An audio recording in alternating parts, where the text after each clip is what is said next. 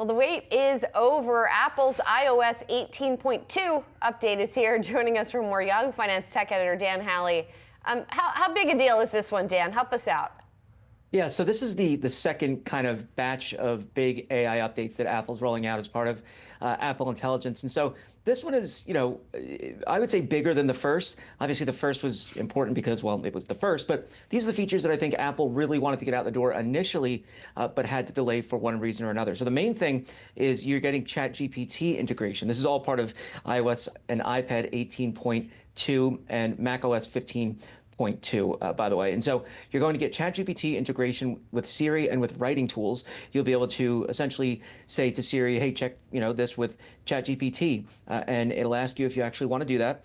You'll confirm, and then you'll move forward. Apple says that it's not going to allow ChatGPT or OpenAI to collect your information unless you sign into your own OpenAI ChatGPT account, in which case that would all fall under ChatGPT then, and they would be able to do whatever they normally do with your information. But if you're just using it on the iPhone regularly and not signed in, you're clear. The other features include things like visual intelligence. This is something where you're going to be able to use your iPhone's camera control button to do visual lookups about items in the world around you. Say you're at a museum and you see a piece of art and you want to know who made this. You'll be able to point your iPhone at the artwork and then say, who made this? And look it up, and it'll provide you with that information right there. You'll also be able to do things like look at restaurants and get the times and ratings and things along those lines, maybe the menus, things along those lines. You can imagine going forward.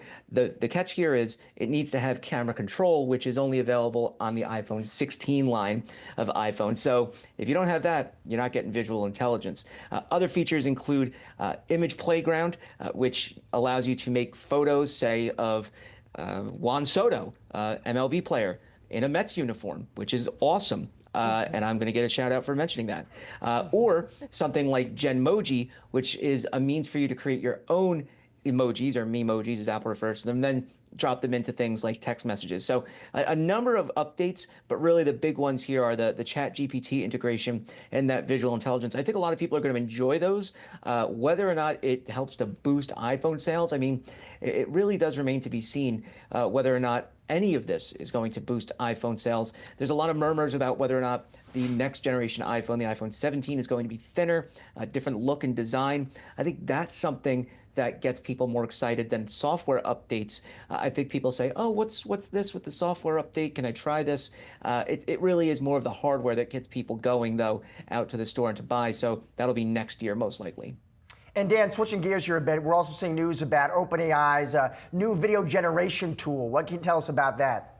Yeah, this is Sora. They debuted Sora some time ago, basically showing off its capabilities. It's very impressive.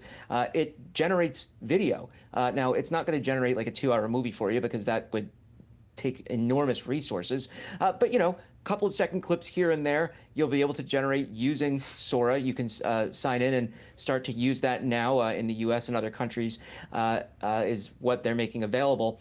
This is something that we're going to continue to see more companies dive into, is the video generative AI. Meta, Facebook parent Meta, showed off their own model, and there's others out there that are offering capabilities similar to this. It's basically just a progression that we're seeing. A few weeks back, NVIDIA had showed off a model that's just researched, though, but shows off audio generative AI, where you can say, put together an orchestral composition based on this little tune that I hum, and it would be able to do something like that. So we're seeing more and more of this multimodal, multimedia approach to generative AI. Now, this obviously continues to raise the question of, where does the art begin and the technology end, or, vice versa? What does this mean then for camera people, for producers, things along those lines?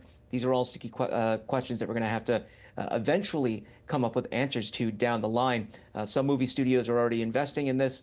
Some game studios are investing in this to provide them with a quick means to get content put together. So we'll just have to see where all this goes. But for now, it is interesting to see OpenAI, ChatGPT maker OpenAI, releasing this. Yeah, we'll see how it goes. Dan, thanks a lot. Appreciate it.